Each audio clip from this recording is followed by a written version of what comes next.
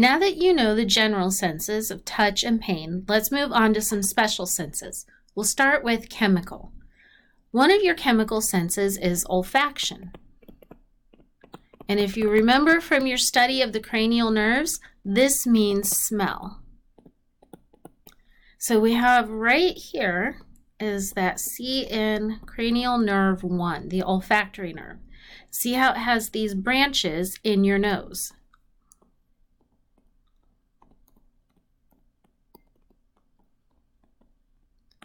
Molecules in the air are called odorants.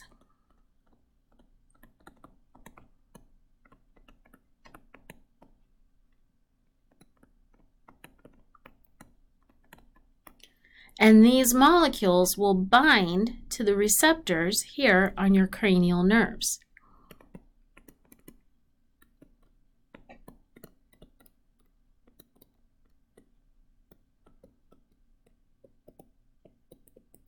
Now, one key to chemical receptors is that the molecule they bind has to be dissolved in liquid.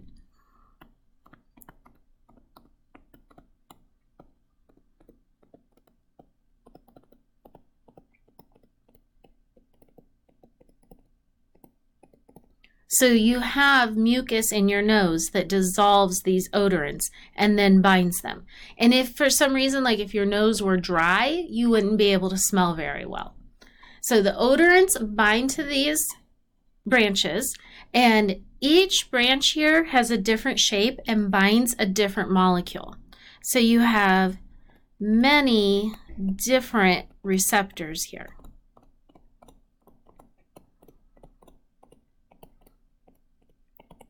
And each binds a different molecule.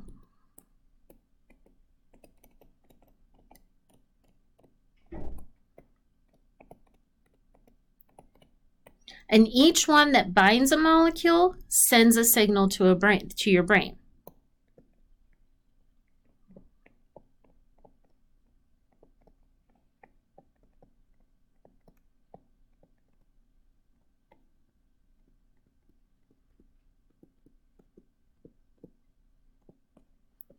And if you remember, that is the temporal region of your brain.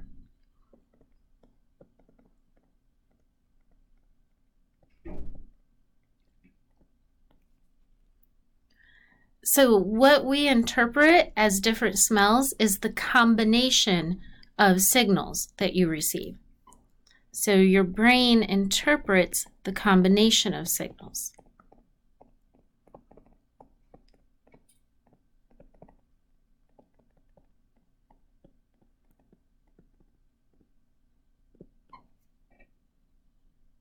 And the more receptors you have, the more different smells you're capable of detecting. So like, for example, dogs have a much better sense of smell than we do because they have more different types of receptors and they're able to bind more molecules. So there's a lot of molecules in the air that we simply don't bind because we don't have receptors to fit them. That's why your dog can smell so much more than you can. Another chemical sense is taste.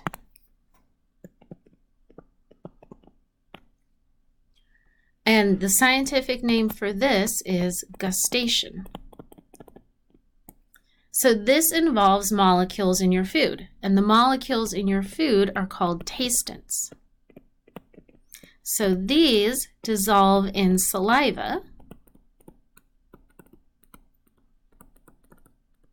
then bind to your taste buds.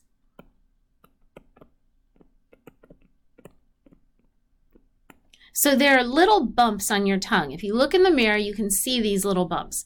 A lot of people think these bumps are your taste buds, but that's not actually the case. The bumps on your tongue are papillae.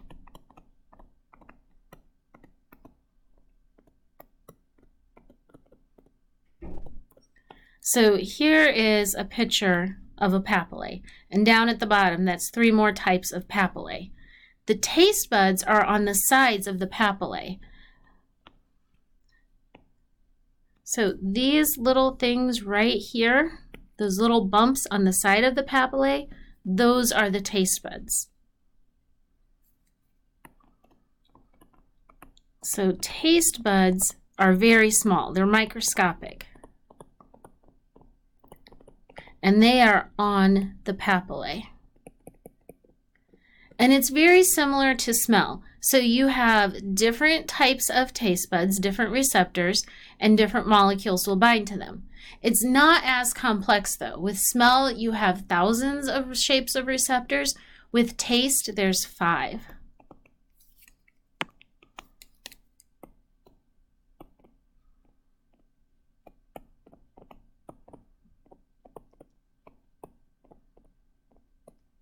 You can taste sweet, which indicates carbohydrates.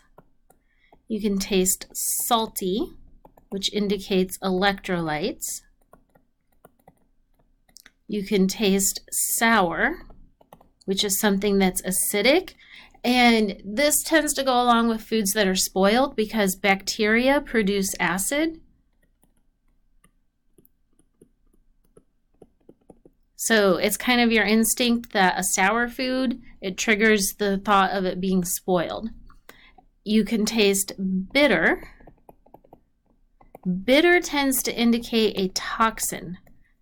Plants that are poisonous and toxic to you tend to taste bitter. And you can taste umami. This is like a savory kind of meat flavor. And this one is fairly recently discovered. So if you learned taste buds back in high school or grade school, you may not have learned the umami one. It's only recently made its way into textbooks. So when it comes to detecting your food, texture and temperature are also important. So the point of taste, temperature, and texture is they tell you what is good to eat and what to avoid.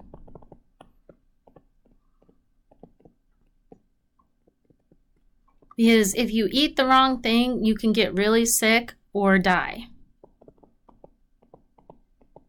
So that's why we don't like things that are bitter, because bitter indicates poison.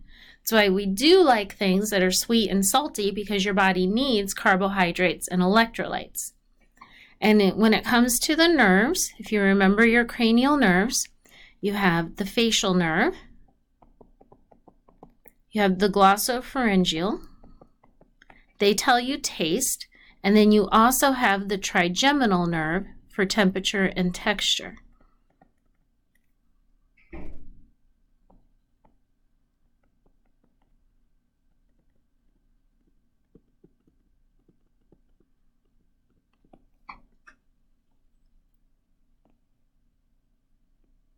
Taste and smell often work together.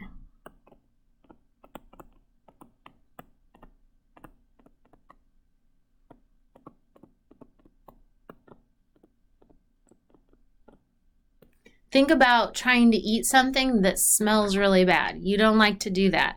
So your brain uses both of these senses together to determine what is good to eat and what to avoid.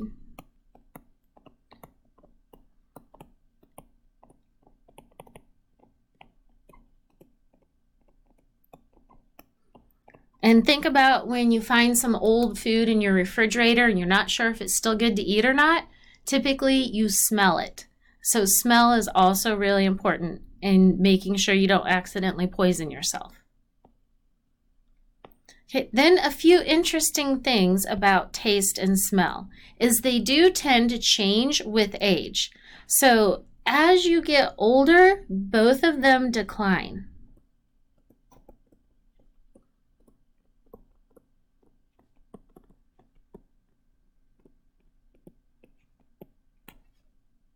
So we've talked before about how cells die and they're constantly replaced.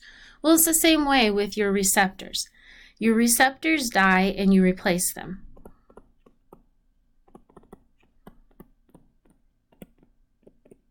But in elderly people, they're not really replacing them. The receptors die, but they don't get replaced.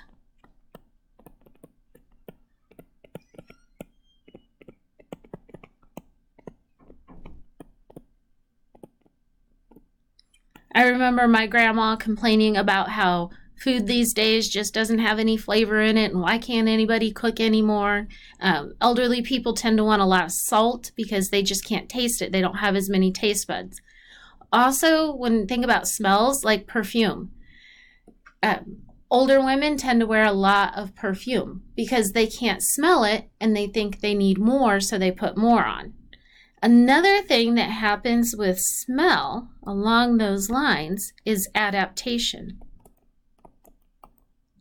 Smell is phasic receptor. So you notice it at first, but then you get used to it and you don't notice it anymore.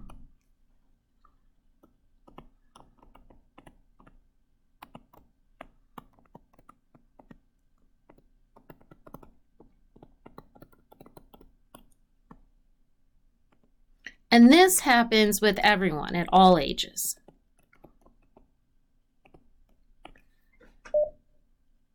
So when my boys came into their teenage years and Axe body spray was popular, they would go through a lot of that. They would put it on, then they would get used to it, they wouldn't notice it, and then the next thing you know, they're putting more on, and my whole house reeked of Axe body spray. Okay, another way that taste is important is the difference between babies and adults. Think about when you were a kid and whether or not you liked vegetables. Kids tend not to like vegetables, and there is some scientific reasoning behind this. So remember we said that bitter indicates toxins. Plants have toxins. So anything can be poisonous in a high enough amount. Like remember in chapter 4 we learned about water, that you can get water intoxication. You can actually die if you drink too much water. So too much of anything is bad for you. And it's the same with vegetables.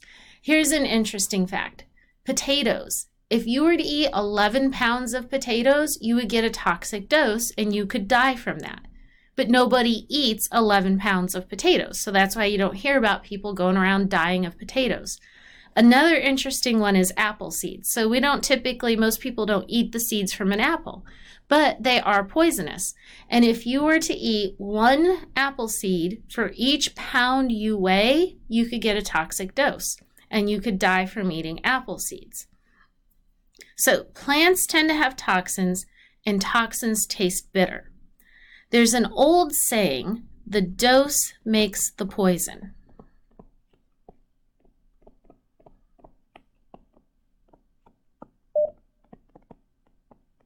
So just think about what I said with the potatoes. You would have to get 11 pounds of them in order to get the toxic dose. And you're not going around eating 11 pounds of potatoes, so you're fine. Then if you think about what determines dose, when you take medicine, if it's an over-the-counter medicine, it always has a different dose for children under 12 and for adults. That's because weight determines dose.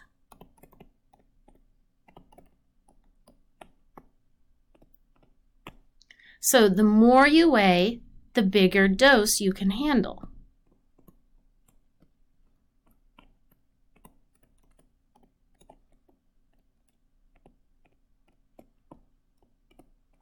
Okay, so let's start to put all these ideas together here. Children are small, so they have a low weight. Since they don't weigh very much, they take a small dose. So what an adult could handle and what a child can handle are two different things. So children are more sensitive to bitter taste than adults are.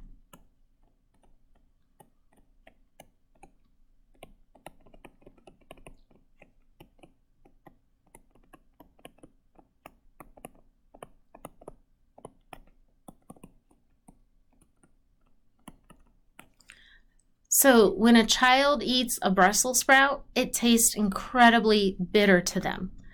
Then when an adult eats the same Brussels sprout, because adults are larger, so they can handle a higher dose, they're less sensitive to bitter taste. The Brussels sprout doesn't taste very bitter to the adult.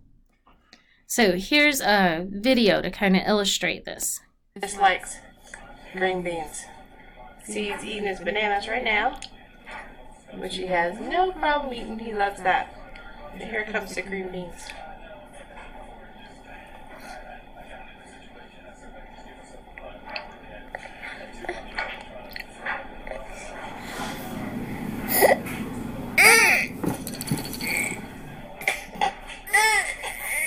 What's wrong, Mama?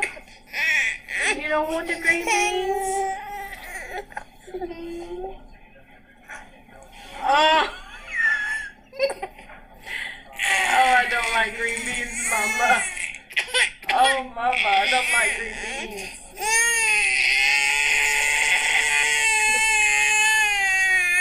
How about some bananas? Want some bananas? Oh. Oh. Yeah.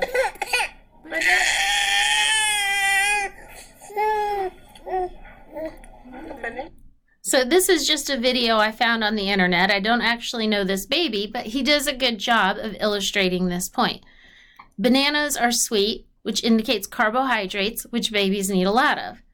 Vegetables have a little bit of bitterness in them, and kids are very sensitive to even the slightest bit of bitter taste because poisons tend to be bitter and kids can only handle a small dose. So they have this built-in protection against eating things that are bitter.